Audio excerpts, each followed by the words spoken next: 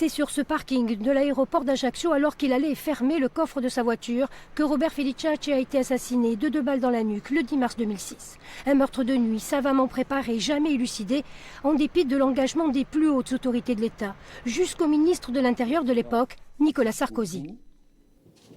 Nous devons connaître la vérité. Robert Feliciacci était un empereur des jeux en Afrique, patron de casinos et du PMU africain. Il s'était aussi lancé en politique, mais cette hypothèse de l'élu potentiellement visé avait été refermée. D'autres pistes sont toujours explorées sans résultat. Celle d'un concurrent dans le milieu des jeux, celle de ses liens avec le parrain Jean Colonne, aujourd'hui disparu de mort naturelle.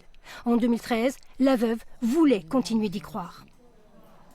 Profondément généreux. Et si on clôturait le dossier, on ferait mourir Robert 2 fois.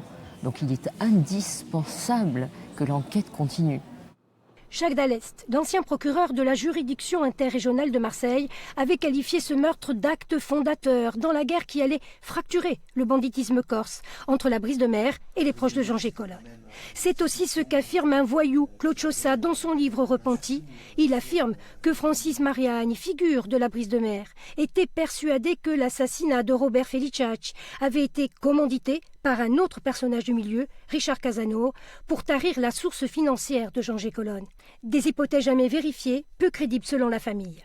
Il est évident que, à partir du moment où le magistrat instructeur n'a pas jugé utile de relancer les investigations concernant cette piste, il est clair qu'il n'ajoute pas un grand crédit à ce qui a pu être dit. Plus aucun acte n'est aujourd'hui accompli par les magistrats instructeurs. La famille craint une clôture du dossier sans connaître la vérité.